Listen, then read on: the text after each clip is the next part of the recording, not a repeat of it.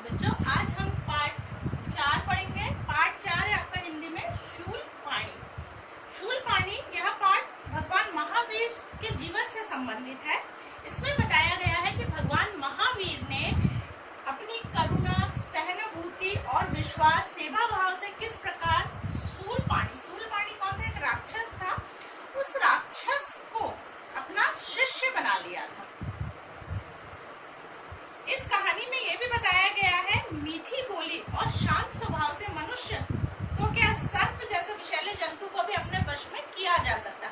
इस पाठ में क्या बताया गया है? अगर आप मीठा बोलते हैं, मीठी वाणी और शांत स्वभाव से आप सर्प जैसे विषैले जानवर को भी अपना क्या कर सकते हैं? वश में कर सकते हैं। मतलब मीठी वाणी और शांत स्वभाव को महत्व दिया गया है। और किसने किया है? भगवान महावीर ने। तो सबसे पहले हम शूल पाणी पाठ आरंभ करने से पहले भगवान महावीर के बारे में देखेंगे। भगवान महावीर का जन्म ईसा से 599 वर्ष पहले कहाँ हुआ था? वैशाली में हुआ था। उनके पिता का नाम था राजा सिद्धार्थ और माता का नाम था त्रिशाला। 30 वर्ष की आयु में भगवान महावीर ने अपना घर त्याग किया था और उन्होंने साधु सन्यासी का जीवन अपना लिया था। अब हम आगे पाठ में देखेंगे अपनी बुक में। बच्चों, ये है आपका पार्ट 4 शूल पाणी। शूल पाणी कौन थे? एक राक्षस थे, ठीक है, जिनको कि भगवान महावीर ने अपनी सहानुभूति, करुणा, धैर्य, विश्वास और सेवा भाव से क्या किया था? अपना शिष्य बना लिया था। मतलब राक्षस से उनको अपना शिष्य से बना लिया था। पाठ में देखेंगे, शाम ढलने लगी थी। भगवान महावीर विहार करते हुए आस्तिक नामक ग्राम के एक चैत्य में पहुंचे। ग्रामवासी भोजन करके विश्राम करने जा रहे थे। तभी उन्हें भगवान महावीर के आगमन का समाचार मिला। पूरा गांव उनके दर्शन के लिए उमड़ पड़ा। भगवान महावीर जिस चैत्य में ठहरे हुए थे उसी में शूल पाणी नामक एक क्रूर राक्षस रहता था। वह अपने हाथ में एक शूल जैसा नुकीला हथियार रखता था। इसी कारण उसका नाम शूल पाणी पड़ गया था। उसके पास कौशिक नाम का एक विषैला सर्प था, जिसके काटने के पश्चात कोई जीवित नहीं बचता। चैत्य बहुत पुराना होते हुए भी बहुत सुंदर था। उसके समीप ही गंडक नदी बह रही थी। सामने रमणीक उपवन था। उसमें हर समय रंग बिरंगे सुंदर फूल खिले रहते थे। उपवन के बीचों बीच पीपल का एक विशाल वृक्ष था। भगवान महावीर इसी पीपल के वृक्ष के नीचे बैठ गए। गांव वाले एक एक करके आते गए और उनके चरणों का स्पर्श करके उनके सामने भूमि पर बैठते गए। मतलब किसके? महावीर के सामने। थोड़ी ही देर में वहाँ सारा गांव एकत्रित हो गया। भगवान महावीर ने उन्हें धर्मोपदेश, मतलब धर्म से संबंधित उपदेश दिया, धर्मोपदेश दिया। गांव वालों को उनका उपदेश बहुत अच्छा लगा। उपदेश की समाप्ति पर भगवान महावीर ने लोगों से अपने अपने घर जाने को कहा, पर वे अपनी जगह से हिले तक नहीं। गांव वालों ने उनसे गांव में चलने का आग्रह किया। गांव वालों ने इनसे क्या कहा? भगवान महावीर से कि आप भी चलिए गांव में, लेकिन उन्होंने मना कर दिया। भगवान महावीर ने इनकार कर दिया। ये महावीर बैठे हैं और ये गांव वाले, ठीक है।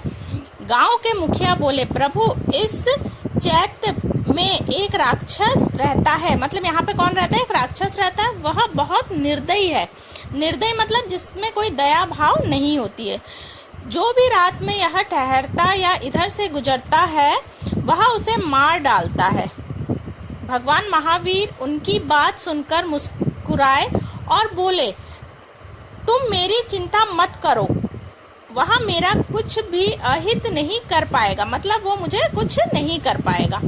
इतना कहकर वे समाधि लगाकर बैठ गए, मतलब ध्यान में बैठ गए। गांव वाले दुखी मन से लौट गए। गांव वाले यहाँ से अब चले गए। कुछ समय पश्चात अंधेरा हो गया। शूल पाणी बाहर से लौटा। उपवन में एक व्यक्ति को समाधि लगा बैठे देखकर चौंक गया। वो महावीर को देखकर क्या हो गया? चौंक गया कि ये मेरे यहाँ पे बैठे हैं। क्रोध से उसकी आंखें लाल हो उठी। वह भगवान महावीर को गालियां देने लगा। उसने उन्हें जान से मारने की धमकी भी दी। भगवान महावीर पर इसका कोई प्रभाव नहीं पड़ा। वे समाधि लगाए बैठे रहे। क्रोधित होकर शूलपाणी ने कौशिक नाग से कहा, अभी हमने पहले ही पार्ट में पढ़ा है कि उनके पास एक विषैला नाग था शूलपाणी के पास, तुम इस दुष्ट को काट लो। कौशिक फुफकारता हुआ भगवान महावीर की ओर बढ़ा। तभी भगवान महावीर ने शांत भाव से कहा, कौशिक जरा सोचो, तुम क्या करने जा रहे हो? ऐसा करने से तुम्हें क्या लाभ होगा? भगवान महावीर की अमृतमय वाणी सुनकर सर्प सम्मोहित हो गया। वह जहां का तहां रुक गया। शूलपाणी और अधिक क्रोधित हो उठा। वह चिल्लाया, कौशिक तुम इस दुष्ट महात्मा के कहने में क्यों आ रहे हो? क्या इसी दिन के लिए मैंने तुम्हें पाला पोसा है? मैं नहीं जानता था कि तुम इतने धूर्त इतने बुरे हो निकलोगे। अब मैं स्वयं इसका वध किए देता हूँ। शूलपाणी ने अपना शूल उठाया। जैसे ही उसने भगवान महावीर पर आक्रमण करना चाहा, कौशिक नाग ने उसे ही डस लिया। कौशिक नाग ने क्या किया? शूलपाणी को ही डस लिया। शूलपाणी धड़ाम से भूमि पर गिर पड़ा और तड़पने लगा। उसे तड़पता देखकर भगवान महावीर को बहुत दुख हुआ। उन्होंने कहा, शूलपाणी घबराओ मत, मैं अभी जड़ी बूटी लाकर तुम्हारा उपचार करता हूँ। भगवान महावीर जंगल की ओर निकल गए। अंधेरा होने के कारण उन्हें बहुत परेशानी हो रही थी, फिर भी उन्होंने एक जड़ी बूटी खोज ली। जब वे लौटे तो गांव के बहुत से लोगों को वहां पाया। भगवान महावीर ने जड़ी बूटी घिसकर शूलपाणी का उपचार करना आरंभ किया तो गांव के मुखिया ने कहा, भगवान इसे ना बचाइए। किसे? शूलपाणी को।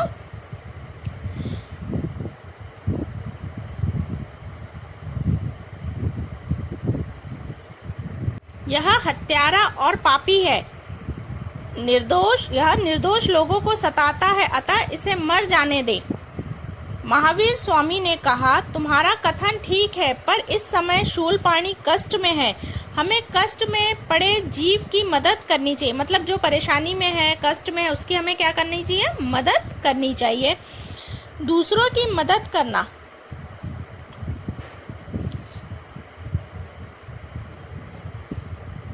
शूलपाणी का स्वभाव है दूसरों को कष्ट देना और मेरा स्वभाव है दूसरों की मदद करना। ये किसने कहा? महावीर ने। लोग चुप हो गए। कुछ ही देर में शूलपाणी स्वस्थ हो गया। वह उठकर भगवान के चरणों में गिर पड़ा और बोला, प्रभु मुझ अज्ञानी को क्षमा कर दे। मैं बहुत बड़ा पापी हूँ। मैं जानता हूँ कि मेरे अपराध क्षमा करने योग्य नहीं है। अब मैं आपकी शरण में आया हूँ, आप जो चाहे सजा दे। भगवान महावीर ने उसे उठाते हुए कहा, उठो वत्स, सच्चे मन से किया गया प्रायश्चित ही सबसे बड़ी सजा है। अगर हमने सच्चे मन से कोई प्रायश्चित किया है तो वही क्या है? सबसे बड़ी सजा है। इसके अलावा दूसरी सजा की जरूरत नहीं है। मुझे अपना शिष्य बनाकर दीक्षा दे। मैं प्रण करता हूँ कि अब किसी को नहीं सताऊंगा। शूलपाणी ने कहा। भगवान महावीर ने उसके सर पर हाथ फेरते हुए कहा, वत्स, आज से तुम मेरे शिष्य हुए। भगवान तुम्हारा कल्याण करेंगे। मानवता की सेवा करना ही सबसे बड़ा धर्म है। यही तुम्हारे लिए दीक्षा है। अब तुम्हें क्या करना है? मानव की सेवा करना है। महावीर स्वामी से दीक्षा पाने के उपरांत शूलपाणी का जीवन दर्शन ही बदल गया। वह परोपकारी दूसरों को उपकार करने लगा। परोपकार में जीवन व्यतीत करने लगे।